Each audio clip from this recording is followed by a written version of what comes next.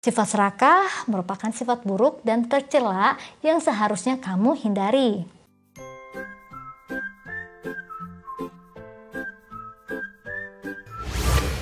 Halo adik-adik, jumpa lagi bersama Bunda Maya IBN. Adik-adik, hari ini aku mau cerita tentang sesuatu. Judulnya Anjing Gunung, Keledai, dan Macan Tutul. Sudah siap mendengarkan? Begini ceritanya adik-adik.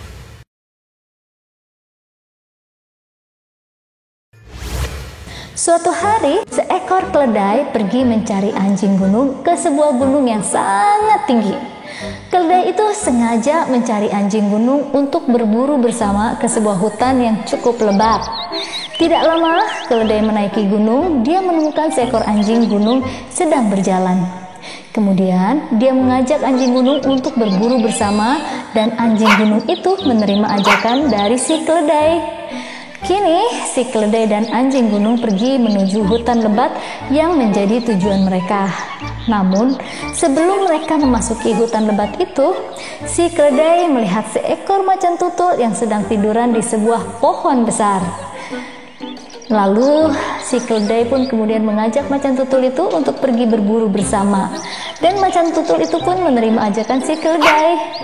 Setelah si keledai mengumpulkan teman berburunya, yaitu anjing gunung dan macan tutul, kini mereka pun pergi menuju hutan lebat untuk berburu bersama.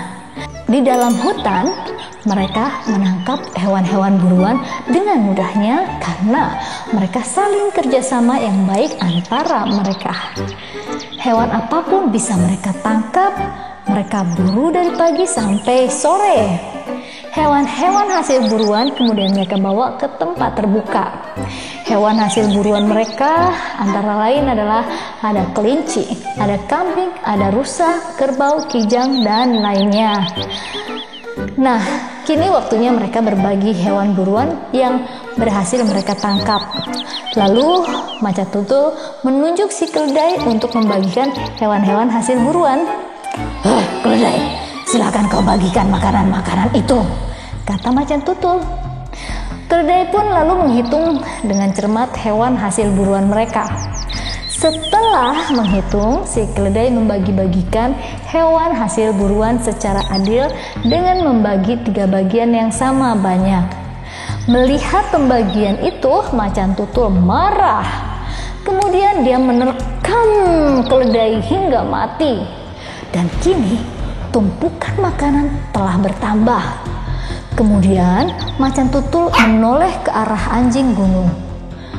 Dan dia berkata, sekarang kau bagikan makanan itu, perintah macan tutul dengan marah.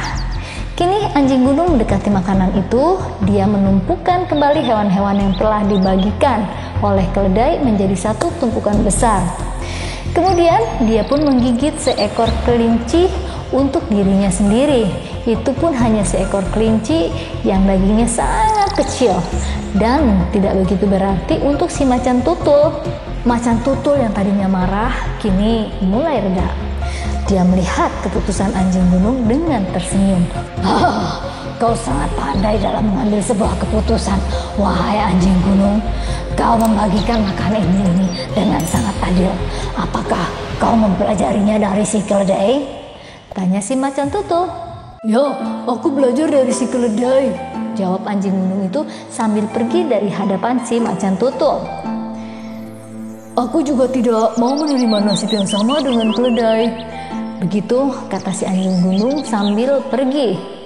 Sambil pergi meninggalkan si macan tutul. Dalam hatinya, anjing gunung sangat kecewa dengan keserakahan si macan tutul. Dia berjanji tidak akan pernah mau lagi bekerja sama membantu si macan tutul di kemudian hari. Adik-adik, pesan moral dari cerita ini adalah janganlah berbuat serakah, karena serakah itu akan membuat kita dijauhi teman. Adik-adik, ini ada pesan Bunda Maya lagi yang lainnya. Sifat serakah dan curang akan membuat orang lain itu menjauhi kita.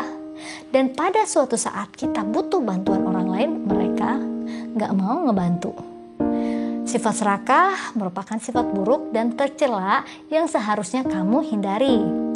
Orang yang sudah serakah selalu merasa tidak puas dengan apa yang sudah dimilikinya.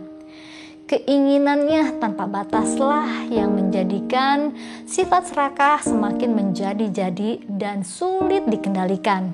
Tahu nggak kenapa? Bila orang yang sudah diliputi oleh keserakahan ini akan sulit untuk berpikir jernih.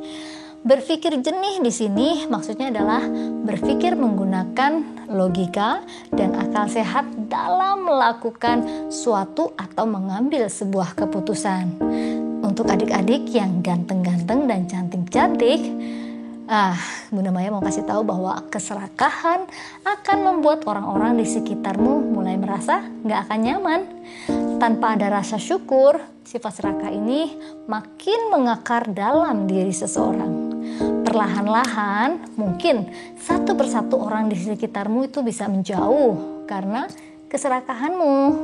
Sebenarnya siapa sih orang yang nyaman dengan sifat orang serakah yang selalu punya keinginan tanpa batas, tanpa memperhatikan orang lain, tanpa memperdulikan orang di sekitarnya?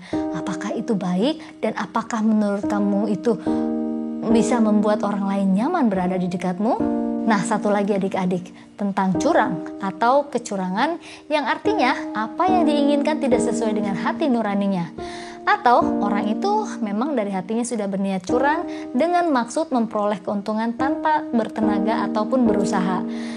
Perbuatan curang dan khianat adalah fenomena negatif yang telah sangat akut dalam perilaku masyarakat kita dewasa ini, hingga bagi sebagian orang yang lemah jiwanya dan murah harga dirinya, perbuatan curang telah menjadi kebiasaan yang seolah bukan lagi dianggap perbuatan dosa.